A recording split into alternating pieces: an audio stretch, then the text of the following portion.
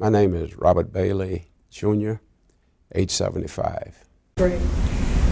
Please tell us a little bit about how your parents came to Deerfield and the lineage of your great-grandparents and your grandparents.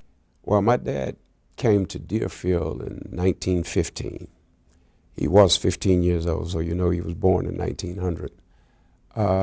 His dad, William Bailey, was already here in Deerfield. He was a farmer. He had left the home in Keysville, Georgia, moved down to try to establish something to raise his family. He had a large family. So he moved down first. Then he brought his wife down, Anna, and brought the girls down. And the boys were the last ones to come down. They were living in Jacksonville with some of our relatives there.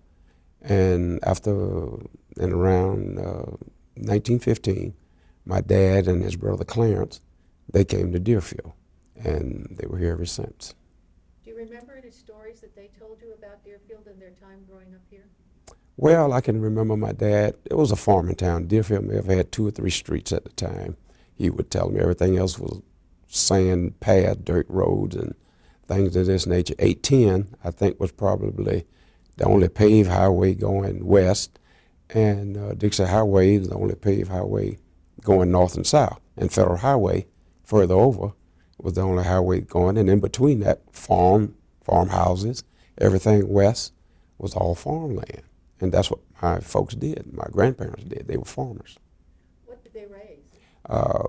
Beans, pole beans. A lot of people don't know what pole beans are when you say that, but string beans, bell peppers, English peas, regular farming vegetables that they harvest, took down to Pompano to the farmer's market to sell them, and that's how we earned a living. Did the family pick the vegetables?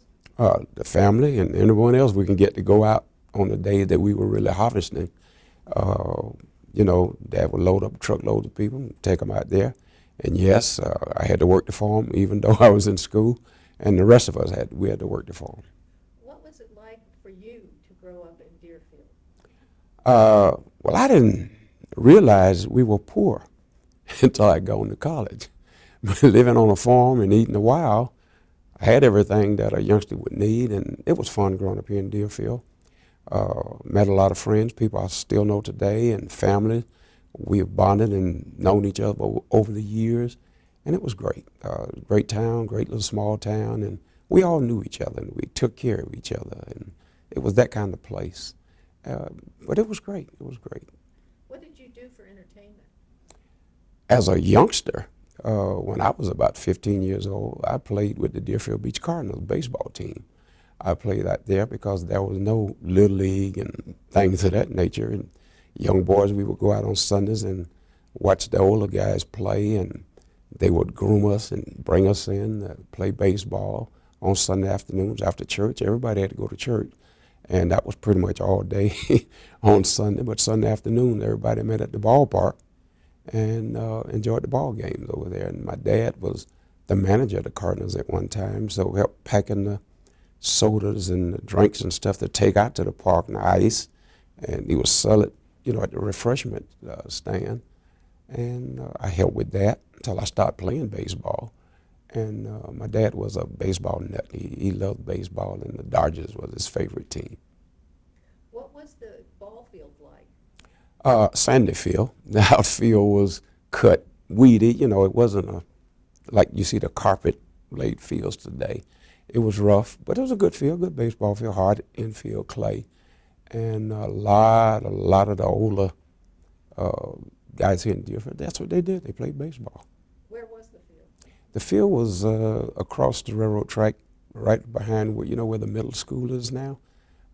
Right back there, infield was out going towards Federal Highway, and the backstop would be like facing where the middle school, that area is over there. And just prior to getting there was a graveyard and a dirt road. You go back to the baseball field over there. You could almost see Federal Highway from the baseball field at the time. No building? No building, nothing there but bushes and trees and palmettos, no.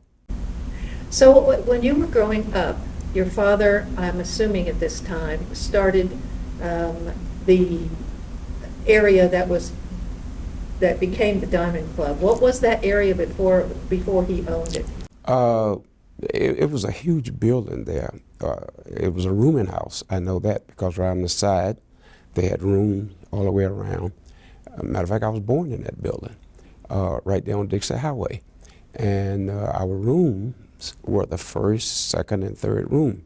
Mom and Dad, the kid, and the other kid, we all there. And in the middle of the building was the kitchen and a storage room, bathrooms, and that. The rest of the rooms were all rented. It was like a rooming house. A lot of the people, local people, they would live there. It was almost like a extended stay. It's today. People would stay there. They would rent the rooms, and that was also our living quarters at that particular time. And that's where we grew up. But what it was at the time initially, and these are stories I've heard over the years, being small, I can remember it being a boxing arena. They had a boxing arena in there and it was open, and they had fights in there, actual fight. And later on, it was a theater. It was covered then and had a theater in it. And somewhere along the line, I guess my daddy got the brilliant idea, well, maybe I'll sell beer and wine. And it turned into a beer and wine place. You know, they drank, people come there on Fridays, Saturdays, drink and have fun. And years later, it became the Diamond Club. He and one of his buddies from Boca, Russ Benson, they decided to convert it to a club, and they call it the Diamond Club. And it was one of the most popular places in South Florida, from Palm Beach to Miami, for entertainment. And a lot of the stars at that time, Ruth Brown, Sam and Dave from Miami, even before they got famous, were coming up singing at the club. And a lot of entertainers, when they would come to Miami, my uncle that I lived in Miami, he would get them to come up here to Deerfield, and we would have entertainment there on weekends at the club and stuff, and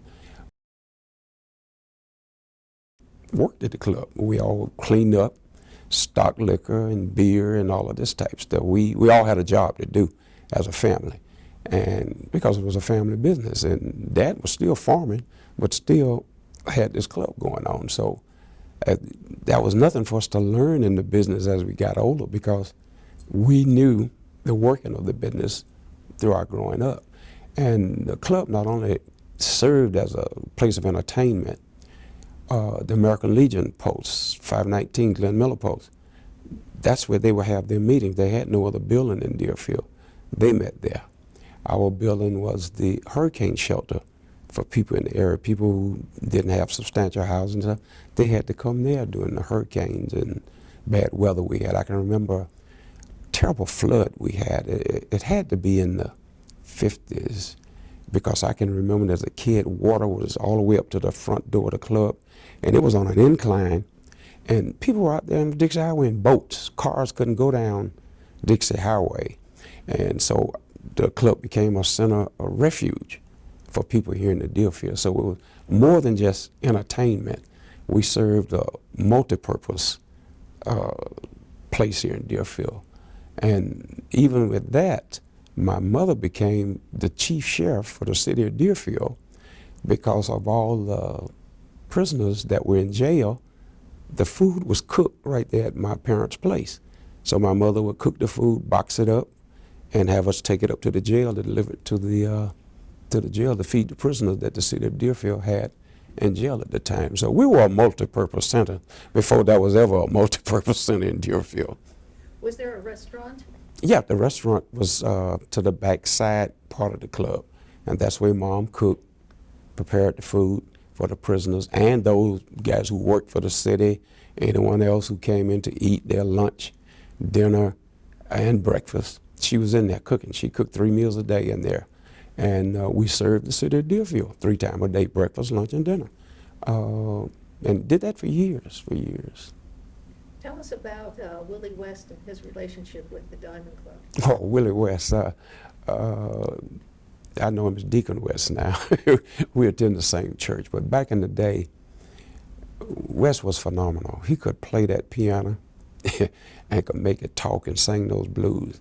My daddy had his sister, and his band. They would play at the club on weekends and entertain the people. And Wes could sing. He could sing those blues.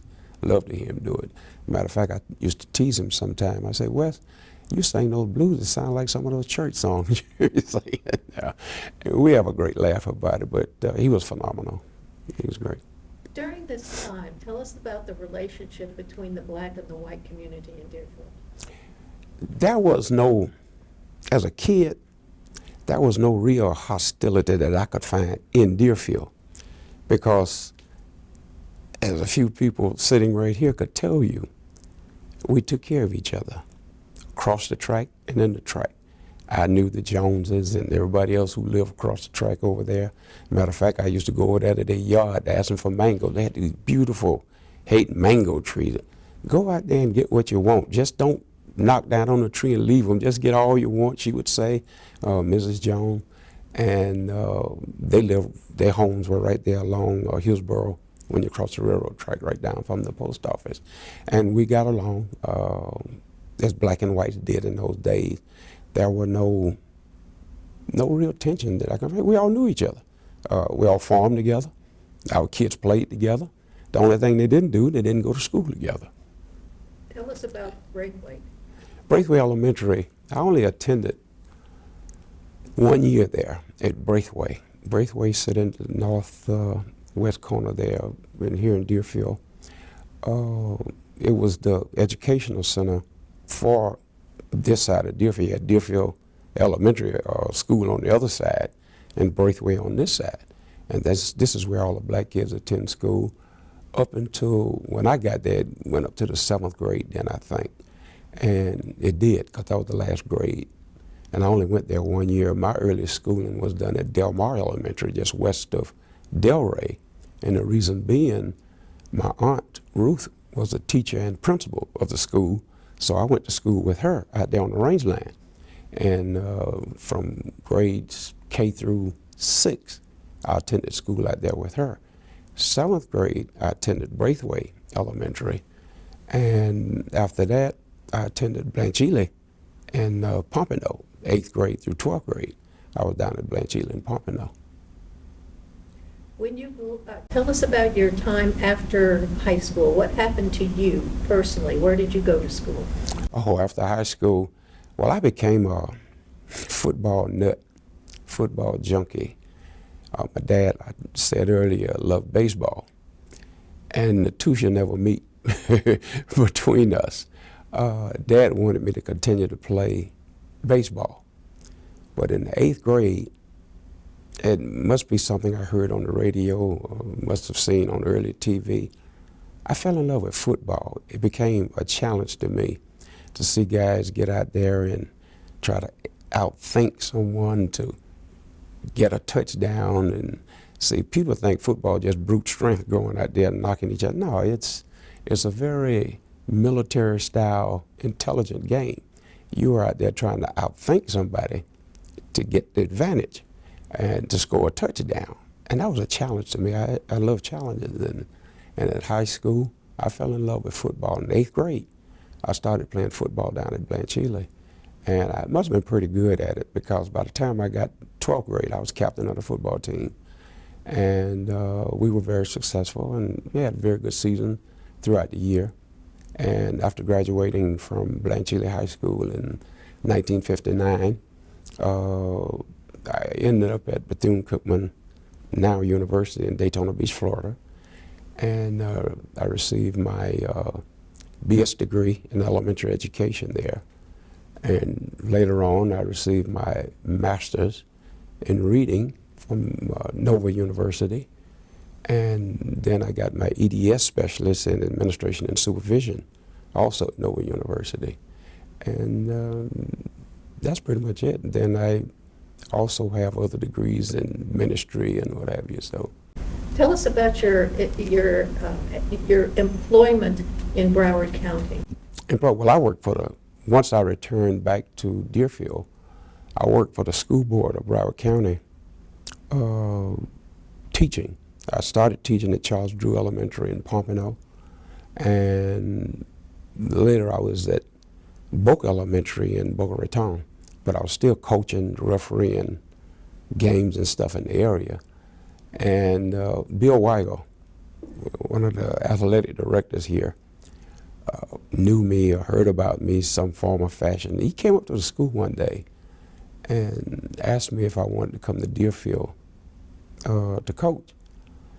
I said, man, I don't know. I like doing it. I was just on the verge, I think, of becoming an elementary school principal in Palm Beach County, and I didn't want to infringe on that in any way because I thought I'd never get that opportunity again. But Bill talked to me, and I talked to my wife, and we discussed it, and it pretty much came out. We'll pray about it, and if this is in your heart, because she knows that I love football, and she said, it's in your face, and I know this is what you want to do. So I said, very well. So I went back and I told my supervisors in West Palm Beach that I've decided that not pursue that principal job. I was leaving Palm Beach County and coming back down to Broward County. This was in 1980 to coach at Deerfield Beach High School. And I did. And so I came in and I thought being an administrator was completely out of the window now. So I went out there to coach football. And in 1984, principal, I was home. Matter of fact, I just left school. I was living here in Deerfield, and I went home, took a shower, getting ready to relax, and my phone rang. It was the principal. She called me and said, I need you here at the school. Need to discuss something with you, very important. I said, okay. Well, I figured she had another coach or something, because normally when she interviewed coaches and stuff, she would have me in on the interview. So. Let's stop right there because the bell's going to ring. Okay. I'm sorry. Not a problem. Not a problem. Not a problem. Gives you a chance to have some. Okay, we're recording. Start anytime you. Continue with your education.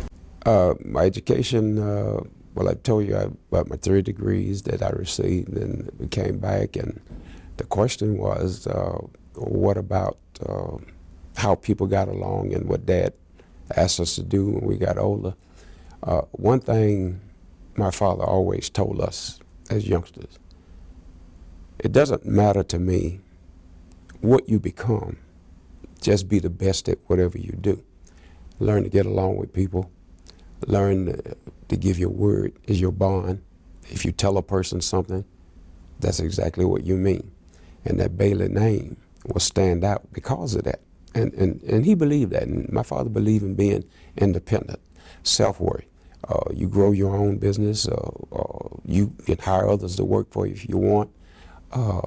He was a farmer, and he was a businessman. He had people working for him on both ends, and he got along well with all of his employees. Matter of fact, you would think his employees were part of the family because he treated them well. And that's what he wanted all of us to do. And growing up, we all became independent. Learning became accessible.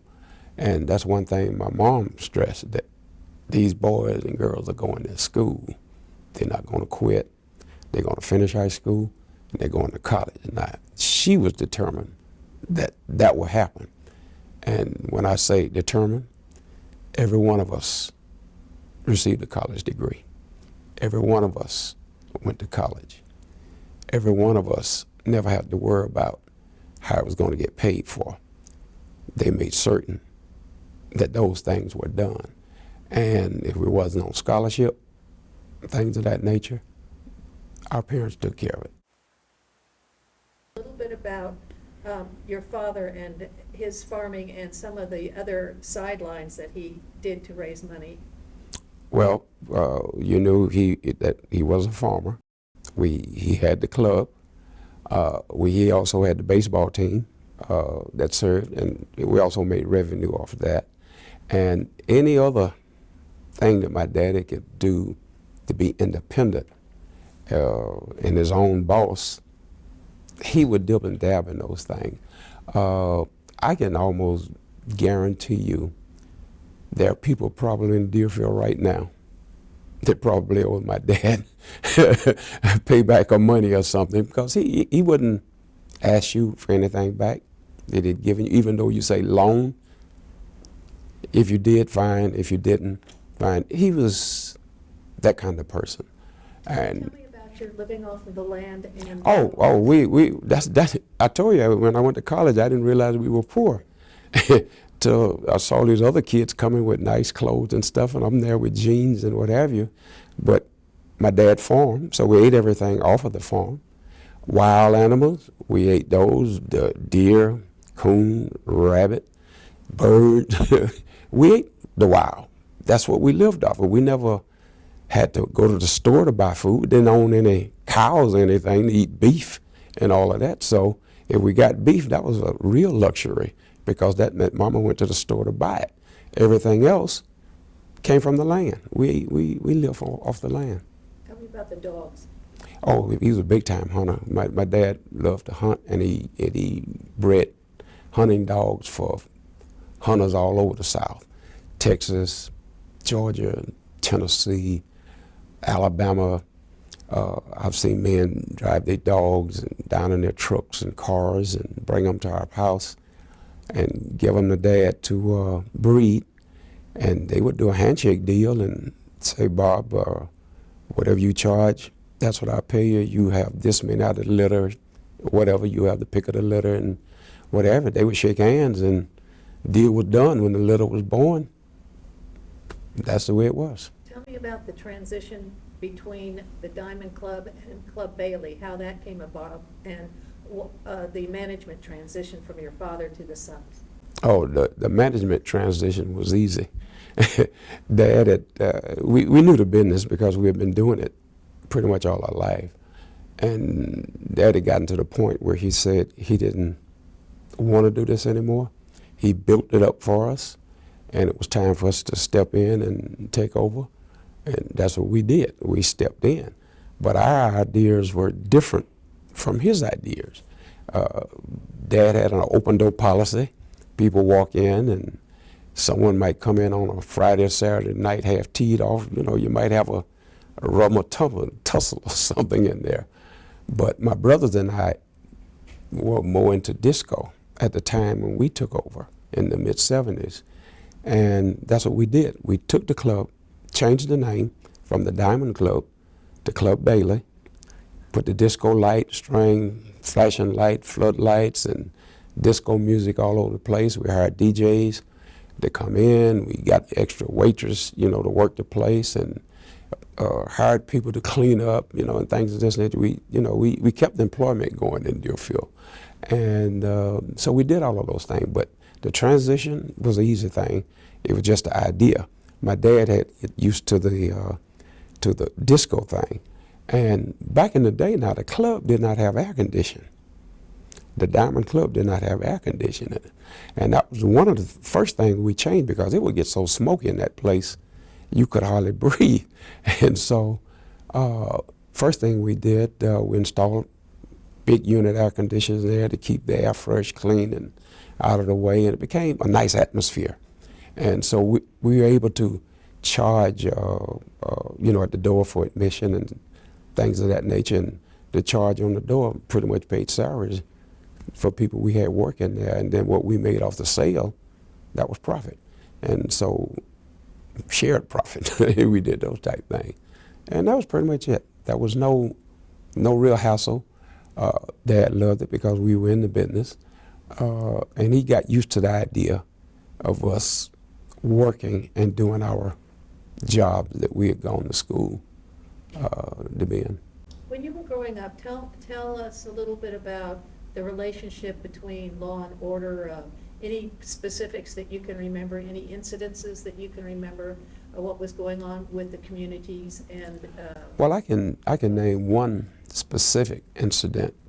A young man that was related to the Mattheys, they call him Junebug, was shot and killed out at Westside Park with police-involved shooting. And that became a big incident here in Deerfield. And this is in the late 70s.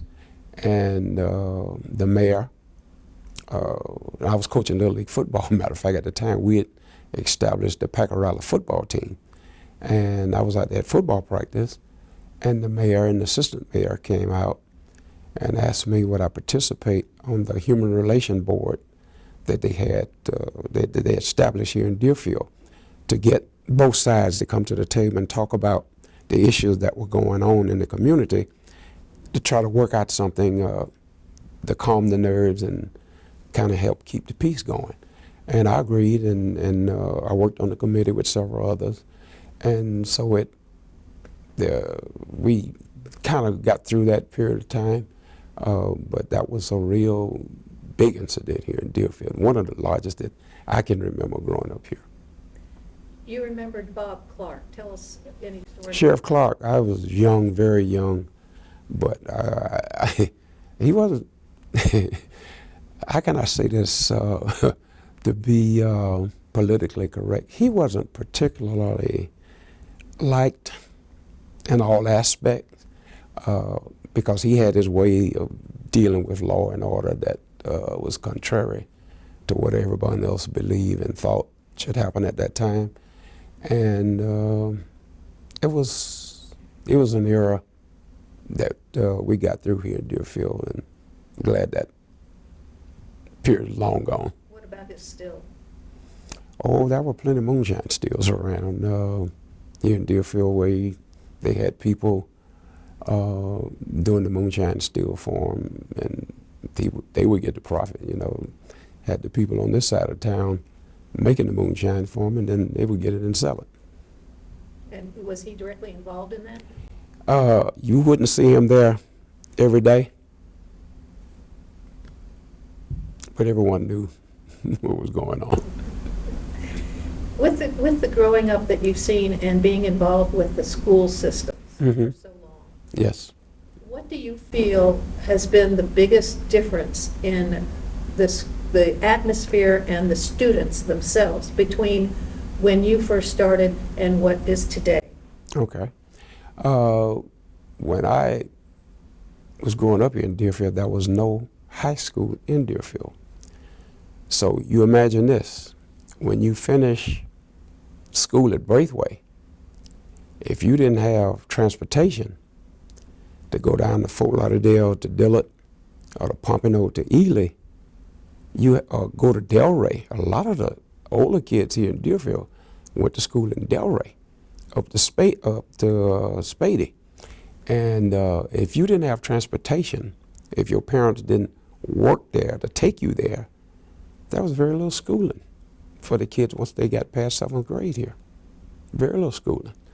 And then with the addition of sports and athletics, there were many days that I had to go to football practice down to Ely.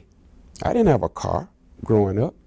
I would get out there on Dixie Highway and thumb a ride from Deerfield to Pompano so I can go to football practice.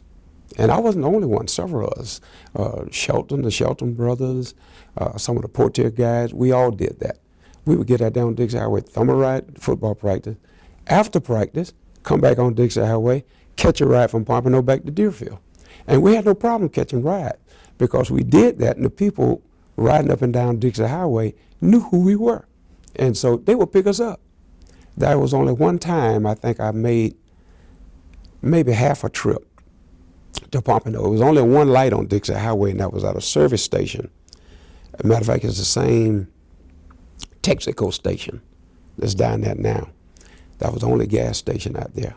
One light, and that's the only light you could see on Dixie Highway. Everything else out there were palmetto farm, pineapple farm. They grew pineapples all back there. You got a cut, I got a cough. Do you want some water? No, I'm good. I just had to cough. So I can edit that part back in. There were pineapple farms and palmetto bushes. That's all you would see on the west side of Dixie Highway and the railroad tracks. And that one gas station. I think once I walked that far before we got a ride into Pompano. Because if anyone was on the highway, I don't care if they were black or white, they would pick us up and take us to Pompano. They knew we were football players and they could see the stuff in our hand. We had no transportation. and that's the only way we could get there. And then years later, my daddy got me an old 31 A-model Ford, and it sat up there in the yard for 14 months. And he told me if I fix it, I could drive it. Remember, I told you my dad was independent, and he wanted his children to be independent. I fixed that Ford. I put it together. I wrote to Detroit, got parts to go on it. Had to buy a muffler and a couple other things to go on it, but I took some old bull and put on the top, and you know, it had the old gear in the floor with the island thing on the steering wheel. I got that thing to run, and I fixed it up. And the only thing my dad bought me for that car, after I'd gotten it together, got it to run, he took me up to Buck Moses' garage and got me 4 tires to put on there. That's all. He said, you did it, I'll do that for you. I got the tires, and so I would drive it to school. That was like my 11th and 12th grade. I would drive to Pompano, and of course, it was like a bus. All the guys would want to ride down with me and ride back. And I can remember this story very vividly. There was a policeman in Pompano. He would pull me over every time. I had no driving license, and he knew this. He had stopped me once before. But he would pull me over and ask me, when are you going to get ready to sell this car? He loved the car, and he would just pull me over to chat. I mean, we would just talk, you know, and he said, if you ever sell this car, man, let me know. And so if he ever see me driving down to Pompano and go there, and at the time I didn't even have a driving license, but that's how we got down there. Your faith has been very important to you. Very important, very Tell me important. a little bit about that and how it has impacted you through your life. Well, we were brought up in the church. I can't ever remember a time in my life I wasn't in church. That was another one of the things that my mom instilled in us. You're going to be good people. You're going to go to church and treat everybody right, and you know, all the good things aside of the life.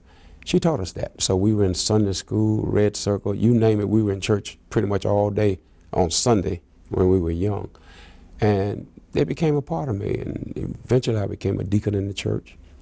After being a deacon, I became a minister at the church, and so I've been preaching the gospel for the last 6-7 years, and I've enjoyed giving the word. And that was one of the things, like I said, our mother taught us, go to church, stay in church, be good, treat people right, and good things will happen to you. And that's what we lean and depend on, the Word of God. When you look at students today or society today, and you look back at the time that church plays just a vital role in your life, what do you see as a contrast in today's society? Well, growing up, remember this, back in the day, we could pray in school. That was no problem. Matter of fact, when I was coaching, they said we couldn't pray on the football field. I guess I should have been fired, but we prayed before we went in the battle. I wasn't going to take anybody's child into a football game, and I didn't say a word to them about their life and how we feel about them. I did that. Then they took away the prayer in school. And when they took away the prayer in school, a lot of other things were taken away from schools. Yes, they learned to read, write, learn how to take tests and be good citizens. But that part of life that they don't teach in school anymore, about getting along with each other, caring for others, being an uplift to the community, those type things. Civic classes, you know, would even have. I don't think they even have civic classes anymore. And those type things help with being good neighbors, being good citizens. It's a big difference. Back in my day, teachers could discipline. They didn't send you to detention centers and detention hall. They took care of the discipline right there. And during my time, if I never did, but if I did act up in school, my mother would know it before I got home. And then when my daddy got home, that was another part of discipline that wasn't so pleasant. Mother would fuss and cuss, but daddy didn't play that. I didn't send you to school to act up. He would tell us, I send you to school to get an education. And that's all. Do what you're asked to do. Do it well. Those are his favorite words. And we did. I can't remember, maybe one out of the 9 of us that may have been a problem in school every now and then, because we pretty much obeyed the rules that we had. We were typical kids. Yeah, you know, every now and then we're going to flex our muscles to see what we can get away with. Well, tell me what teenager doesn't do that. That's a part of growing up. That's a part of maturing. And so we went through that maturity, but schools are different in that aspect. Kids are great. Kids will always be kids. I was here for 25 years, and I've seen kids come and go, and I run into them all the time in the community.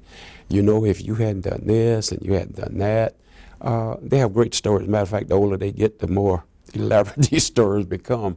But I did. I tried to go the extra mile for the children here at Deerfield. They are the love of my life. They were like my own children. I nurtured them. I brought them along. If I could help them, I would help them, help their family. I can't tell you how many insurance I paid for kids to play football, how many pair of shoes I bought, how many shirts I bought. Matter of fact, I used to get with the student council here at Deerfield for boys and girls that come to school with dirty clothes, torn clothes. I would give them one of the school shirts to wear and stuff, to keep them from having to go home. They write them up on referral, say, no, you got to get out here. No, I would give them a clean shirt, a good pair of shoes or something to wear. Right here at Deerfield. Nurturing. We have to nurture each other. If you have anything else that you would like to add to this interview, please feel free to say it. Oh, I could probably sit here and talk all day, but people tell you I'm a better coach than a talker.